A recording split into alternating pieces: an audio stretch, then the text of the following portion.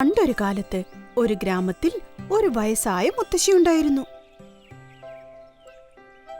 അവര് ദിവസവും ഒരു കൊട്ടയിൽ സോപ്പ്, ചീപ്പ്, കണ്ണാടി ഇവയൊക്കെ വെച്ച് ഇതെല്ലാം എടുത്തോണ്ടുപോയി ഓരോ വീടുകളിലും കൊണ്ടുപോയി വിറ്റ് ആ വരുമാനത്തിൽ ജീവിച്ചു വന്നു.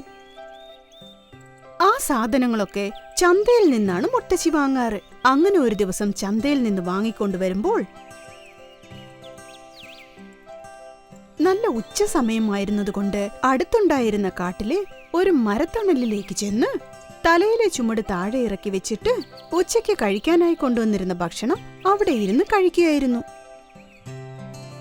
നല്ല ക്ഷീണം ഉണ്ടായിരുന്നതുകൊണ്ട് മുത്തശ്ശി ഉടൻ തന്നെ ഉറങ്ങിപ്പോയി.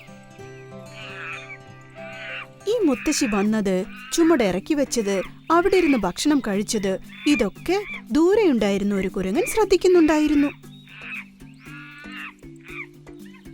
മുത്തശ്ശി നന്നായി ഉറങ്ങിയതിനു ശേഷം പയ്യെ കുരങ്ങൻ അടുത്തേക്ക് വന്നു.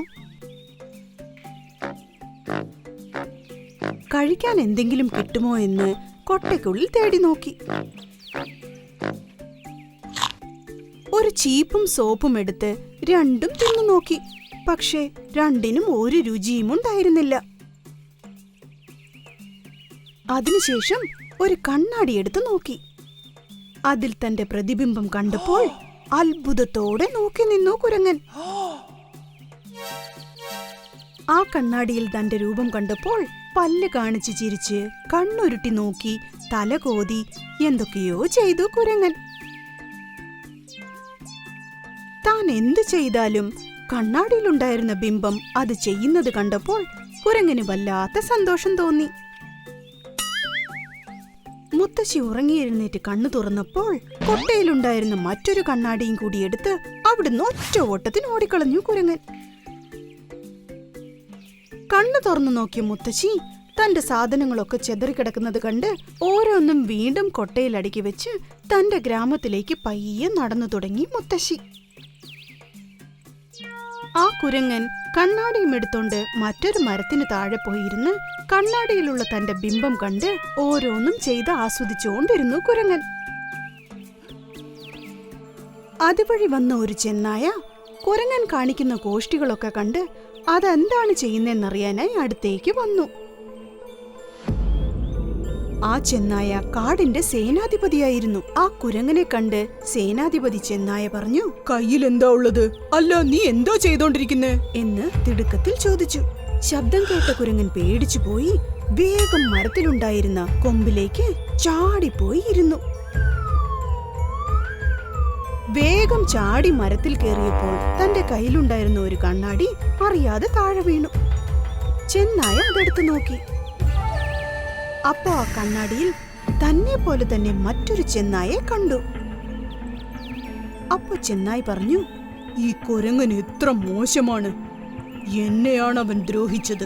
ഈ കാട്ടിലെ ഏറ്റവും വലിയ സേനാധിപതി ഞാനാണ്. അങ്ങനെയുള്ളപ്പോൾ മറ്റൊരു ചെന്നായെ എങ്ങനെ ഇങ്ങോട്ട് അവൻ കൊണ്ടുവന്നു? എന്റെ പദവി തട്ടിപ്പറിക്കാൻ നോക്കുകയാണ് എന്ന് തന്നോട് തന്നെ പറഞ്ഞു.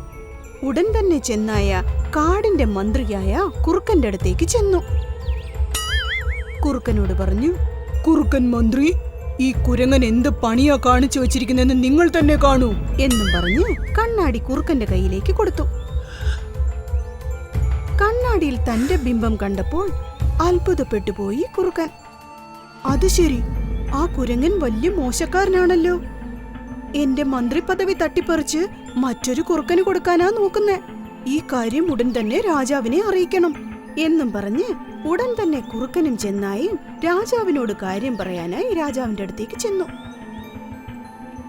നല്ല ഉറക്കത്തിലായിരുന്ന മഹാരാജാവായ സിംഹത്തിനെ ഉണർത്തി, മഹാരാജാവേ, ഞങ്ങൾ ഞങ്ങളുടെ ജോലി കൃത്യമായി ചെയ്തോണ്ടിരിക്കുമ്പോൾ ഒരു കുരങ്ങൻ ഒരു സൂത്രപ്പണി ഒപ്പിച്ചിരിക്കുക. ഞങ്ങളുടെ ജോലി നഷ്ടപ്പെടാതിരിക്കാൻ അങ്ങ് തന്നെ സഹായിക്കണം എന്ന് തങ്ങളുടെ സങ്കടം രാജാവിനെ അറിയിച്ചു. അല്ല, എന്ത് സംഭവിച്ചു എന്ന് സിംഹം ചോദിച്ചപ്പോൾ കുറുക്കൻ തന്റെ കയ്യിലുണ്ടായിരുന്ന കണ്ണാടി കൊടുത്തു. അതിൽ തന്റെ ബിംബം കണ്ടപ്പോൾ ആ സിംഹത്തിന് എന്തെന്നില്ലാത്ത അത്ഭുതം തോന്നി. ആ കുരങ്ങൻ മറ്റൊരു സേനാധിപതി, മറ്റൊരു മന്ത്രി മാത്രമല്ല, മറ്റൊരു രാജാവിനെയും കൊണ്ടുവരാൻ നോക്കുന്നു. അവനെ ഇതിനനുവദിക്കരുത്. അവന് തക്ക ശിക്ഷ നൽകണം എന്ന് ദേഷ്യത്തോടെ പറഞ്ഞു സിംഹം. സിംഹം, ചെന്നായ, കുറുക്കൻ 3 പേരും കുരങ്ങുള്ള സ്ഥലത്തേക്ക് ചെന്നു.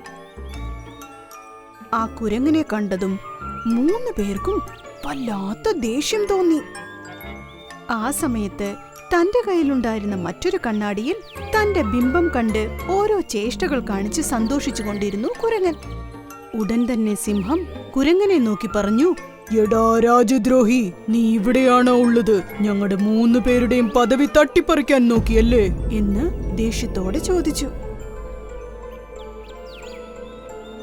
സിംഹവും ചെന്നായയും കുറുക്കനും തന്നെ കൊല്ലാൻ വന്നിരിക്കുന്നുവെന്ന് മനസ്സിലാക്കിയ കുരങ്ങൻ ഓരോ മരത്തിലേക്കും ചാടി തന്റെ ജീവൻ രക്ഷിക്കാൻ ശ്രമിച്ചുകൊണ്ടിരുന്നു. ആ സമയത്ത് തന്റെ കയ്യിലുണ്ടായിരുന്ന കണ്ണാടി അറിയാതെ താഴെ വീണ് അത് പൊട്ടിച്ചിതറിപ്പോയി. സിംഹവും ചെന്നായയും കുറുക്കനും വേഗം ഓടിച്ചെന്ന് പൊട്ടിച്ചിതറിയ കണ്ണാടിയിലേക്ക് എത്തി നോക്കി. ഓരോ കണ്ണാടി ചില്ലിലും തങ്ങളുടെ പ്രതിബിംബം കണ്ട് അത്ഭുതപ്പെട്ടുപോയി 3 പേരും. ഈ കുരങ്ങൻ സാധാരണക്കാരനല്ല. നിങ്ങൾ കണ്ടോ? എല്ലാ മൃഗങ്ങളെയും അവൻ തന്റെ കൈക്കുള്ളിൽ വെച്ചിട്ടുണ്ട്. നമ്മൾ ആ കുരങ്ങനെ കൊന്നാൽ മറ്റുള്ള മൃഗങ്ങൾ പുറത്തേക്ക് വന്ന് നമ്മളെ കൊന്നുകളയും. നമ്മൾ സൂക്ഷിച്ചു നിൽക്കണം എന്ന് പറഞ്ഞു. സിംഹം ചെന്നായയോട് പറഞ്ഞു, നീ ആ കുരങ്ങനോട് പോയി പറ, ഇന്നു മുതൽ രാജാവ് നിന്നെ കാടിന്റെ കാവൽക്കാരനാക്കി മാറ്റിയെന്ന് പറയണം എന്ന് പറഞ്ഞു സിംഹം. കാട്ടിലെ സാധാരണക്കാരനായിരുന്ന തനിക്ക് പദവി നേടിത്തന്ന മാന്ത്രിക കണ്ണാടിയോട് നന്ദി പറഞ്ഞുകൊണ്ടിരിക്കുകയായിരുന്നു ആ കുരങ്ങൻ. Hi kids! Hope you liked the video. Subscribe for more videos. Visit us in